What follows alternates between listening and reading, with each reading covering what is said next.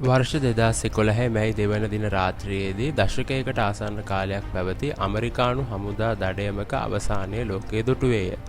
වර්ෂ 2001 සැප්තැම්බර් 11 වන දින ඇමරිකා එක්සත් ජනපදයට එල් වූ ත්‍රස්ත්‍ර ප්‍රහාර පිටුපස සිටි මහ මුලකරු වූ ඔසාමා බින් ලාඩන් පාකිස්තානයේ ඇබෝටාබාද්හිදී ඇමරිකා එක්සත් ජනපද නාවික හමුදා සීල් බටෙන් විසින් එහිදී ඝාතනය කරන ලදී.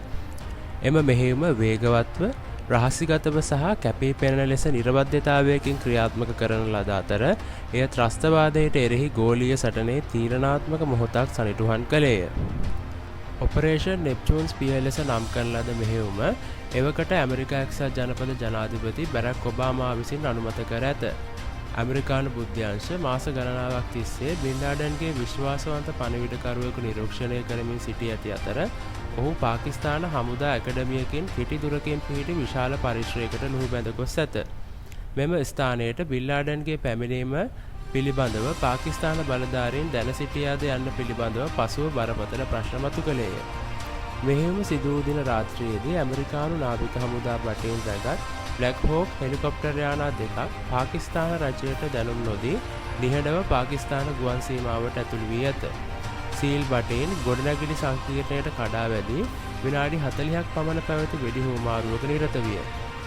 තුන්වන මහල්ලේදී බින් ලාඩන්ව සොයා ගන්නා ලද අතර ඔහු අල්ලා ගැනීමට විරුද්ධ වීමෙන් පසුව වෙඩි තබා මරා දමන ලදී. මෙහෙයුමේ සාර්ථකත්වය පිළිබඳව ඇමරිකානු ජනාධිපති බැරක් ඔබාමා විසින් රූපවාහිනී කතාවකින් ලොවටම නිවේදනය කරන ලදී. යුක්තිය ඉටු වී ඇත. ඔහු එලෙස පැවසුවේ ඇමරිකා එක්සත් ජනපදයේ පුරා සැමරුම් ආරම්භ කරමිනි.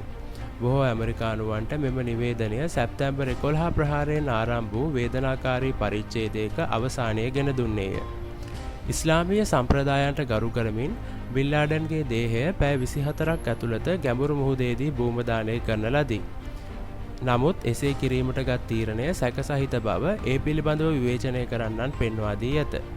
කෙසේ වෙතත් මෙම මෙහෙයුම ඇමරිකානු බුද්ධ්‍යංශ සහ හමුදා උපාය මාර්ගවල සුවිශේෂී ජයග්‍රහණයක් ලෙස සැලකනු ලැබීය. දේශපාලනික වශයෙන් ජනාධිපති ඔබාමාගේ ජනප්‍රියත්වයේ වැඩිවීමක් සිදු වූ අතර මෙම සිදුවීම ඔහුගේ වර්ෂ 2012 නැවත පත්වීමේ ඡන්ද ව්‍යාපාරයේ කේන්ද්‍රීය කරුණක් බවට පත්විය.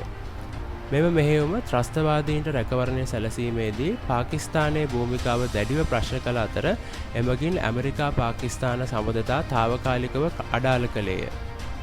බින් ලාඩන්ගේ මරණයෙන් ඔහු දියත් කළ ත්‍රස්තවාදයේ අවසන් නොවුනද ඉන් ගෝලීය ජිහාඩයේ ප්‍රධාන සංකේතාත්මක චරිතයක් බිඳ වැටීමට සමත් විය. මෙහිදී අල් කයිඩා සංවිධානයේ දුර්වල වූ නමුත් ඊළඟ වසරවලදී ISIS වැනි නව තර්ජන මතුවිය. කෙසේ වෙතත් වර්ෂ 2011 මැයි දෙවන දින 21 වන සියවසේ භූදේශපාලනය ගමන් වගේ වෙනස් කළ දිනයක් ලෙස සලකුණු වී ඇත. ස්තුතියි.